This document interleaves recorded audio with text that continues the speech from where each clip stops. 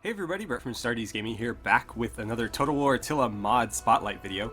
Last time around, we did a couple of episodes on the 1078 Medieval Wars mod, which was a sub-mod for the Medieval Kingdoms Total War mod that is not yet complete. This time around, we are going to be checking out the Terminus Total War Ageless Empires mod. This is one of two Terminus Total War mods. This is actually the first, and is no longer supported, but it is still on Steam Workshop. You can still subscribe to it and install it, and it works just fine. I didn't have to do anything special to get it working, and it is completely compatible with all the other mods I run by default. So what this mod does is it basically turns the clock forward a little bit. And it is not entirely historical, it does take some creative liberties, but it basically sets the game, the grand campaign that is, to after the fall of the Western Roman Empire. So you have a bunch of factions that may be familiar from, you know, the base game, and some that have evolved a little bit. You do still have the Roman Empire, we'll get a little bit into them, but you have the Turks, the Huns, the Mongols, and the Bulgars, who are your nomadic tribes. Although the Bulgars start with a fairly large kingdom, so I imagine you're supposed to basically leave that and move west. I'm pretty sure these guys are the precursors to the Bulgarians, so obviously they will have migrated west and south a bit historically. But if you like playing as nomadic tribes, you have a couple of new options now. The Roman Empire still exists in several forms, although they are all much smaller and fractured than you might be used to. So the Eastern Empire is actually a nomadic tribe as well. I think it's supposed to be like a lost legion or something.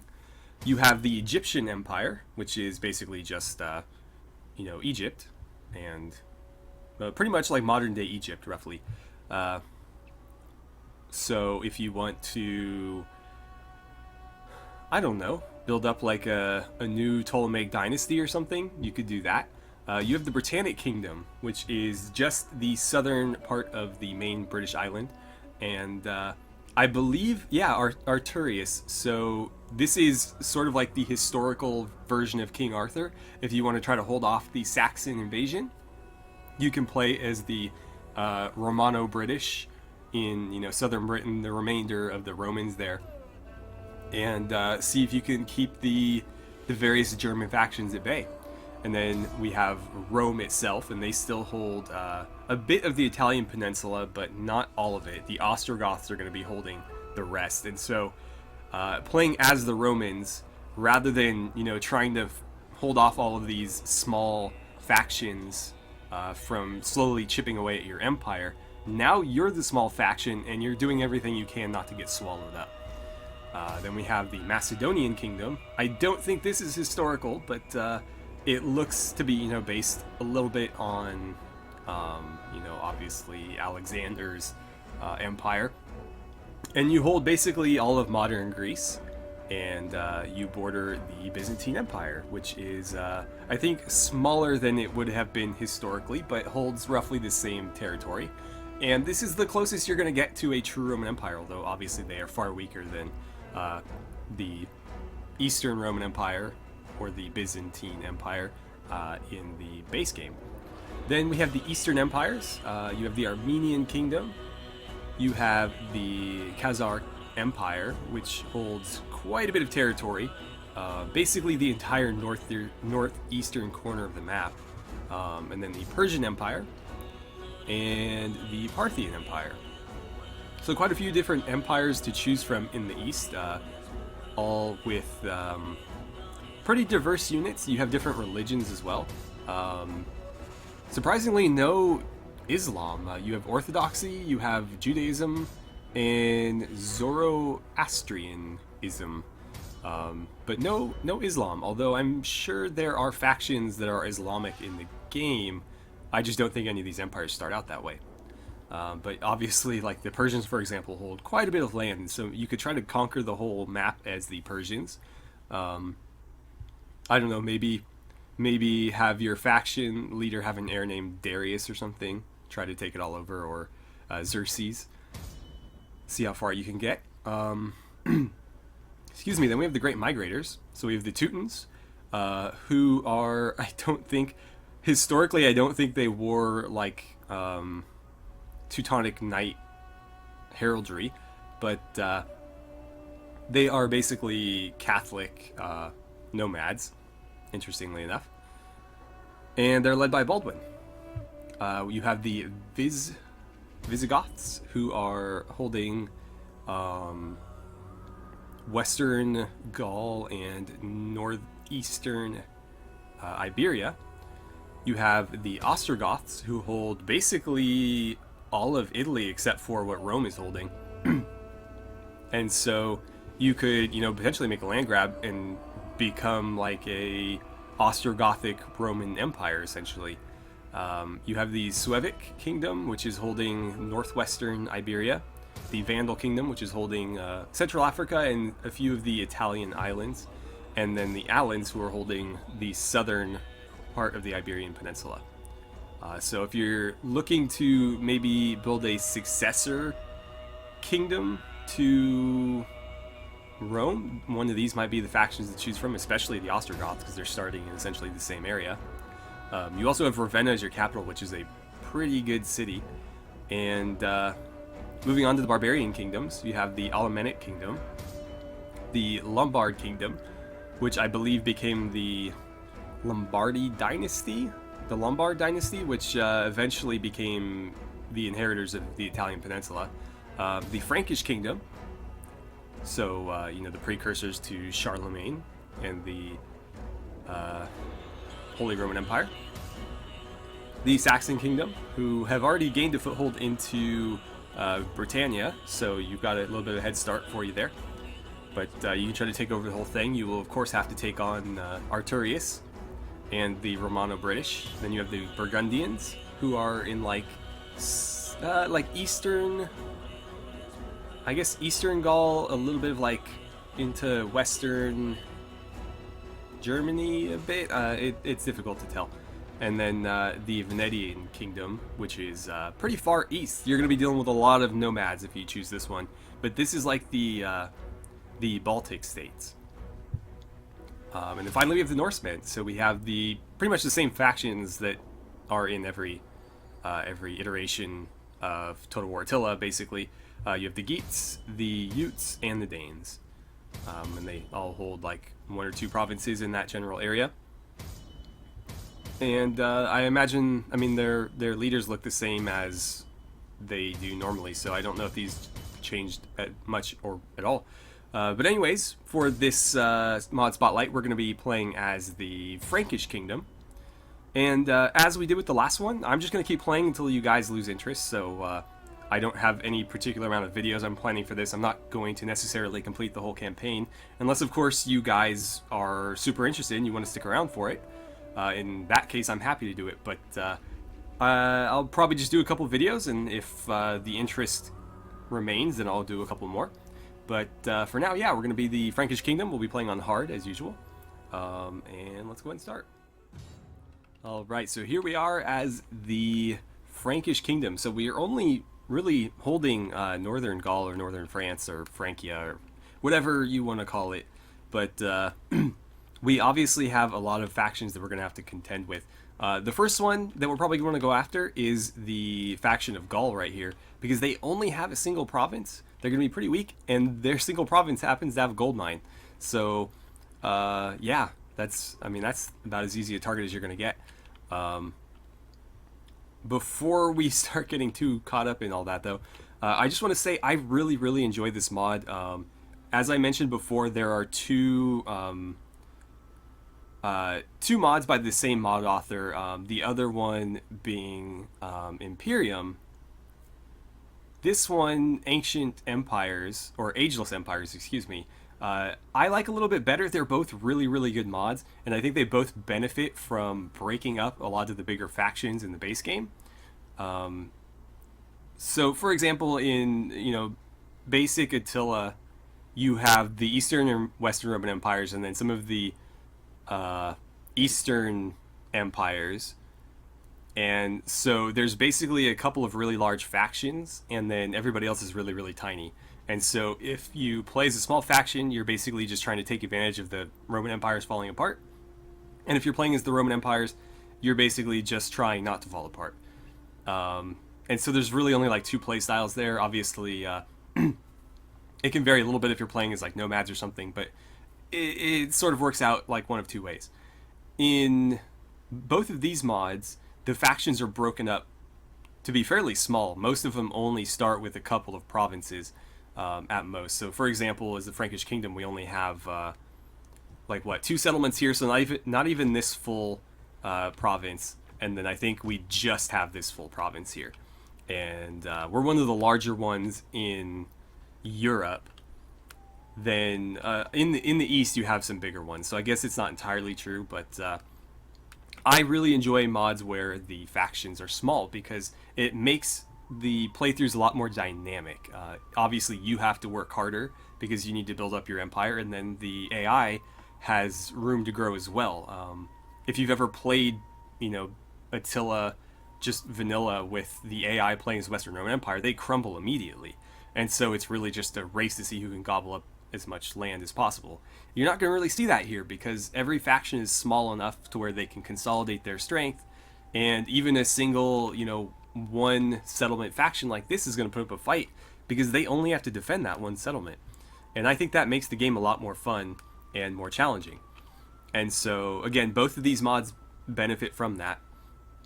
And I find them to be fantastic. This one especially. I do like the other one too, but this one I like even more. So I think it's a shame that he stopped working on this one. But, I understand. Modders have a lot to do and don't really get paid to do any of it. So we can only ask for so much. But let's take a quick look at our faction tree here. So our king is Farmund, whose portrait here doesn't match his portrait here, but that's okay. We need to find him a wife. We've got 2 brothers. Let's see. Our youngest is our heir and also an admiral. That doesn't make much sense. And then the middle brother is a nobody. Although he's got a son, so he might make a better heir. But they've got plenty of time. They're both young. Farmund is fairly young as well. He might still have time. So, Emilric, what kind of stats do you have? You're bibulous. Okay, and you can inspire. Huh. Would you make a competent general? I guess is the question. I don't see why not. Although you would make a decent governor. +2 public order. And that's by default. He's also master planner, so that could offset her traits. I don't, however, like this skill tree for governors, but I might have to deal with it. Let's see. With you, survivor, okay. Raise banner. He's a mentor, so not necessarily good for a general or a governor, unless you're spamming agents out of that place. +10 armor for the commander's unit's not bad. And then let's see, his wife is going to give public order while governing. Chance of having children. So he's got a pretty good wife. She's got good stats or good traits. I don't know. That's kind of a tough person to figure out. And then let's see, you're an administrator, so you're going to be a governor. There's no reason not to make you a governor, and you're favored as well, so that's going to help with public order. Research rate, yeah, you are a governor, man. All right, so we're gonna have to boot him out of his generalship, and I don't know, none of these guys are particularly great generals, but I don't like having my generals outside of my family if I can help it. It's easier to keep them under control when they are in the family. Obviously, they're more likely to rebel and stuff when they're outside. He's a patron, so he is a governor.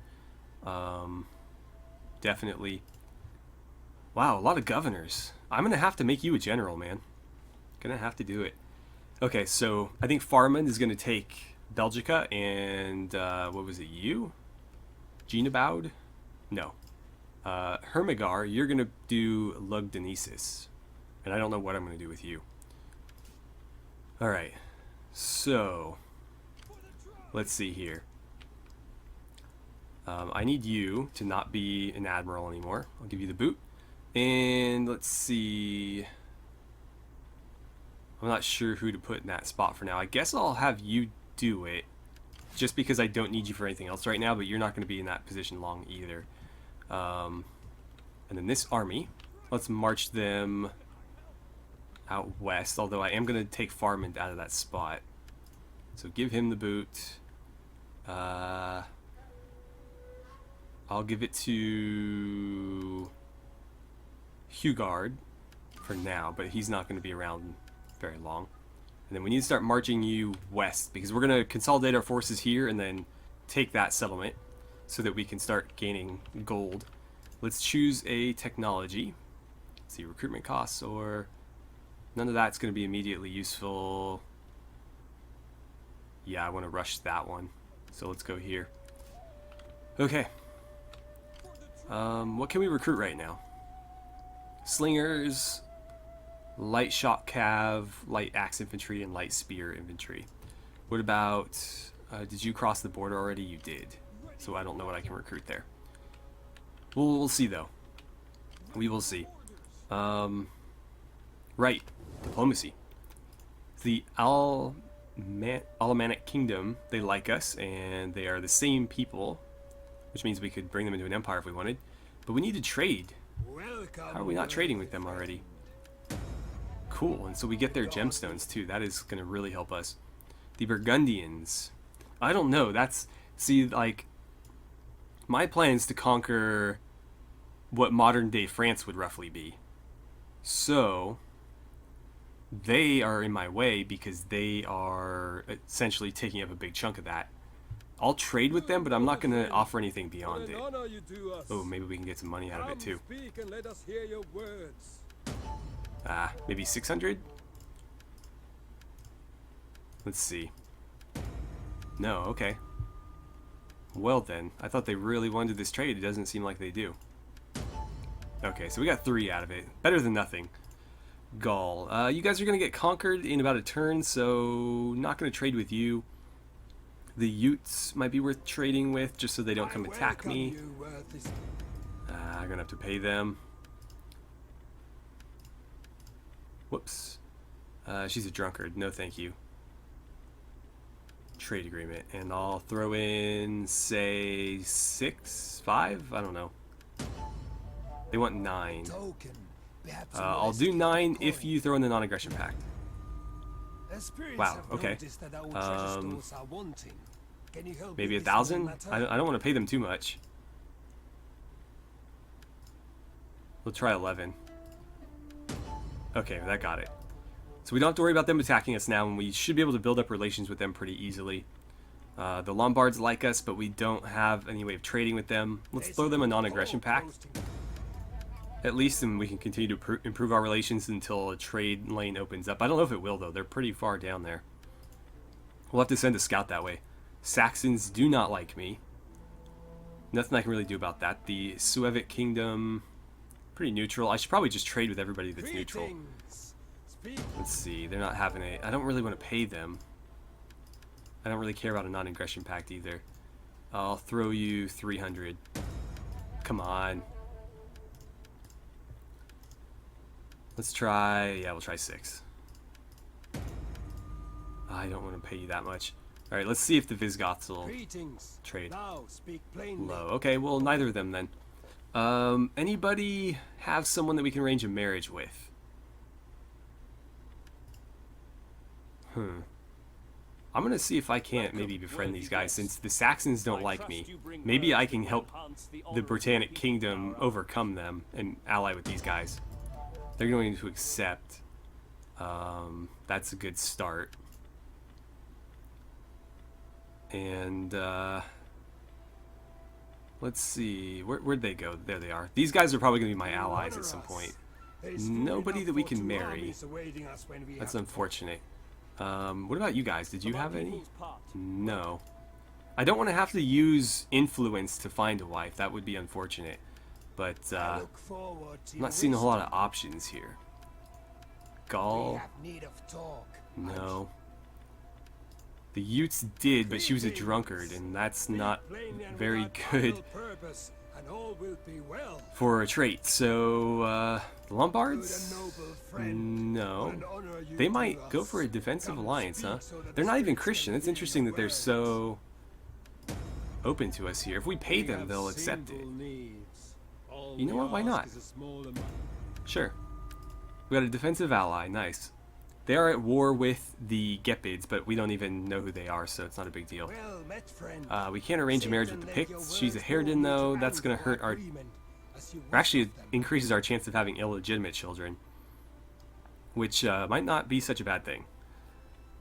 Let's see. Would they... They might consider it. Oh, they accepted. Okay, cool. Very nice. You know what? Nobody currently like hates you or is at war with you. I'll offer you a non-aggression pact for a bit of my money back. Oh, no, we want to demand that. Maybe 3? Just a little bit of it back? Okay, so we basically paid them 400 for that. Good, good, good. Okay. We need to build stuff, and then we can end our turn. So let's see here. Knock these down, because I don't want them there. I like to have my things ordered. They got to be in a particular order. So, let's see. No negatives. It's going to cost me 3,000 though. No negatives here. That'll boost public order by 1. We are at -5. So that will be an issue. Although this is only going to give us 1. That won't give us any.